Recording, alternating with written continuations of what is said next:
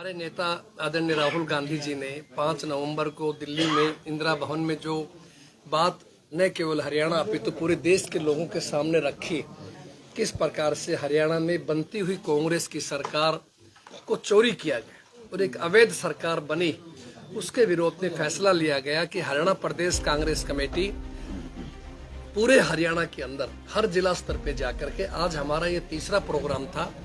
पहला प्रोग्राम करनाल में, उसके बाद अगला प्रोग्राम अंबाला में और आज हमारा प्रोग्राम फरीदाबाद की धरती के ऊपर था। हजारों लोगों ने हर जगह जाकर के विरोध किया है और लोगों ने इस बात को स्वीकार किया है कि हाँ, हम कांग्रेस सरकार बनाना चाहते थे, लेकिन वोटों की हेराफेरी करके कहीं बैटरी का, कहीं ईवीएम का, कहीं एडिशन वोटों का, कहीं डिलीशन, इन सब माध्यम से वोटों की चोरी की गई, जो रिकॉर्ड से राहुल जी ने सबके सामने, प्रेस के सामने रखा।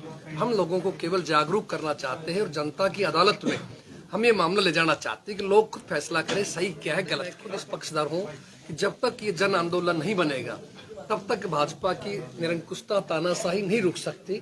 इसलिए जन आंदोलन बनाने की जरूरत है और हम सब इसके पक्षधर हैं और ये उसी का एक प्रारूप है जो हम जा रहे हैं। अब हम जिला स्तर पर जा रहे हैं, अगला हमारा प्रयास विधानसभा स्तर तक होगा और एक वोट चोरी का मुद्दे के साथ साथ हम जो हमारे जन समस्याओं का, बेरोजगारी का, गरीबों का, किसानों का कितना बड़ा मुद्दा है। किसान के साथ न्याय नहीं हो रहा, एमएसपी पर भाव नहीं मिल रहा, उसको कोई बोनस नहीं मिल रहा, भावांतर से भी पूरी नहीं हो पा रही, खाद नहीं है, बीज नहीं है, गरीब होता जा रहा है। तो सब मुद्दे हैं जिनको कांग्रेस लेकर के जा रही है और आज राष्ट्रपति जी को भी हमने, महामहिम राष्ट्रपति महोदय को भी हमने ज्ञापन दिया है और उसमें यही मांग रखी है कि सरकार को आप बर्खास्त किया जाए, कानून व्यवस्था का जनाजा में। देखिए, अगर जनता कोई फैसला करती है तो उसको स्वीकार करना चाहिए, लेकिन आप जानते हैं भारतीय जनता पार्टी चुनाव से पहले ही यहाँ मुख्यमंत्री जी ने और वहां देश के गृह मंत्री जी ने घोषणा कर दी थी कि ऐसा होगा, सुपड़ा साफ होगा।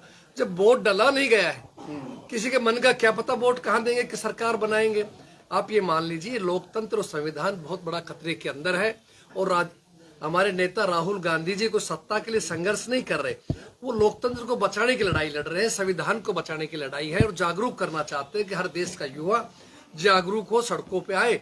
जिस तरह बिहार में एसआईआर के नाम पर 65 लाख वोट काट दिए गए, जाति धर्म के नाम के ऊपर, उनका डेटा नहीं पेश किया गया। 21 लाख जोड़ दिए, उनका डेटा पेश नहीं किया गया। तो ये क्या तरीका है? ऐसे थोड़ी चुनाव आयोग तो भाजपा की भी टीम बन गए, प्रवक्ता बन गए एक दूसरे। हमेशा सही को सही कहती है, गलत गलत कहती है। ये लोकतंत्र है, लोकतंत्र के अंदर लोगों की आवाज को स्वीकार करना चाहिए और हम कांग्रेस पार्टी, हमारे नेता राहुल जी, आदरणीय खड़गे जी ने भी इस बात को स्वीकार किया है। करोड़ों बिहार के मतदाताओं का धन्यवाद किया है कि आपने हमारा साहसिक लड़ाई में साथ दिया और आगे भी हमारी लड़ाई जारी रखेंगे और हम आत्म मंथन भी करेंगे कि सच्चाई क्या है, वास्तविकता के अंदर और गहराई के अंदर जाएंगे और लोगों के सामने सच्चाई ला करके रखेंगे। कोई भी कह सकता है, कुछ भी कह सकता है, हमारे सामने दीवार थोड़ी है, मैं कुछ भी बोल दूं उसका क्या है, तो वो उनका अपना नजरिया हो सकता है। कांग्रेस तो हर गरीब के साथ खड़ी है, दलित के साथ है, पिछड़े के साथ है, छत्तीसगढ़ बिरादरी को साथ लेकर चलने का कांग्रेस का संकल्प है और जनता का फैसला हमेशा स्वीकार करना चाहिए अगर वो ईमानदारी से लोगों का सही हो रहा है। लेकिन दुख इस बात का है कि जो लोग चाहते हैं वो नहीं होता। आपने खुद मीडिया के, मेरे आप बोझिज लोग हैं, चौथा स्तंभ है लोकतंत्र का। जिस तरह से महागठबंधन के नेता राहुल जी, तेजस्वी जी, हजारों लाखों की भीड़ थी, क्या वो सिर्फ इतनी सीटों के लिए थी? जरूर कोई बहुत बड़ा घोटाला है, बहुत बड़ा गड़बड़ की गई है जो समय रहते सामने भी आएगी। लेकिन ठीक है, हम जनता का धन्यवाद करते हैं और कांग्रेस पार्टी अपनी लड़ाई को जारी रखेगी और संविधान को, लोकतंत्र की लड़ाई लड़ती रहेगी।